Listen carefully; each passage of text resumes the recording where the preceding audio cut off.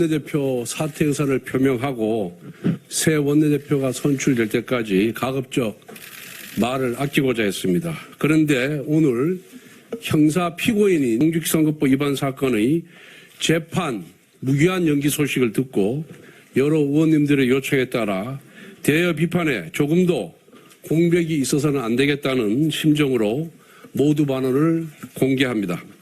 공직선거법 위반 파기환송심을 맡은 서울고법재판부가 재판을 무기한 연기하기로 결정했습니다.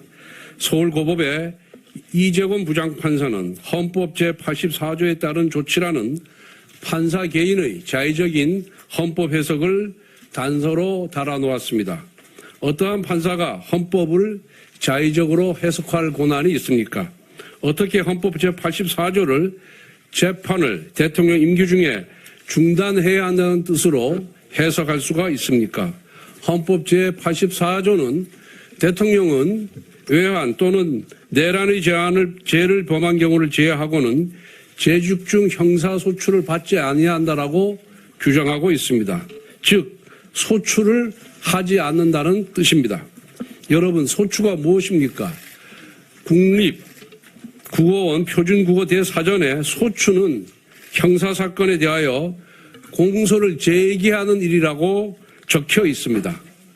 헌법 제84조는 새로운 재판을 위한 대통령의 기소가 불가능하다는 뜻이지 이미 진행 중인 재판을 중단해야 한다는 의미가 아니라는 것은 초등학생도 다 알 수가 있습니다. 대통령의 임기는 5년으로 유한하지만 사법부의 역사는 영원 무궁합니다. 대통령의 임기 초반 권력이 무섭다는 이유로 판사가 스스로 사법부의 독립성을 포기한 셈입니다.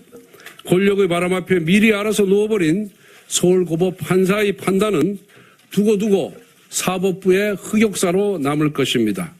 대통령 권력 앞에 자발적으로 무릎을 꿇은 판사의 이름이 법학 교과서에 두고두고 박제될 것입니다.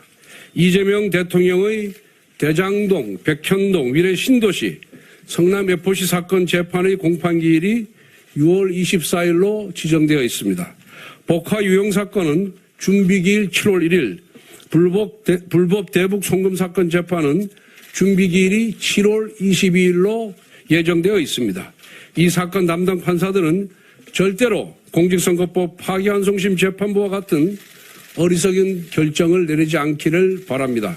서울고법은 즉시 헌법 제84조에 대한 자의적인 해석을 처리하길 바랍니다.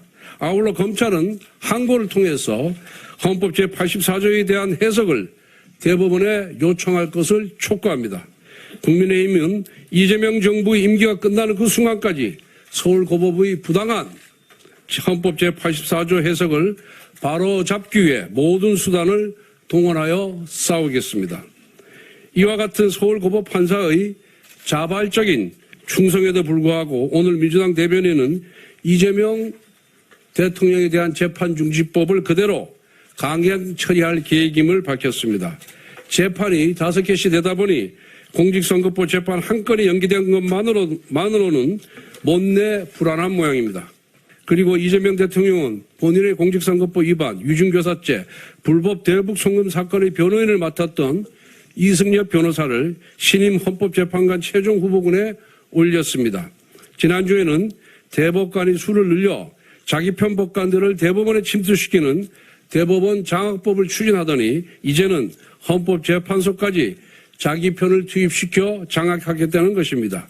국회를 입법 독재의 도구로 사용했던 것처럼 대법원과 헌법재판소도 사법 독재의 도구로 쓰겠다는 것처럼 보입니다.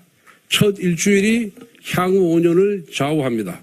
안타깝게도 이재명 정부의 출범 첫 일주는 통합도 민생도 아닌 오로지 방탄 독재의 길만 모색하는 모습이었습니다. 이 모든 것은 이재명 대통령의 취약한 법적 리스크를 사법부 장악으로 해결하고자 하는 시도에서 비롯된 것입니다. 황금 같은 허니문 기관의 힘을 본인의 법적 리스크 해소에 소진시키는 이재명 정부의 모습을 보니 안타깝기 그지없습니다. 이재명 대통령은 죄가 없다면은 당당하게 재판에 임하길 바랍니다. 본인의 권력을 지키기 위하여 민주주의와 헌정 질서를 파괴하는 억지와 무리수를 쓰면 쓸수록 권력의 종말은 급속히 가까워진다는 것을 명심하기 바랍니다. 이상입니다.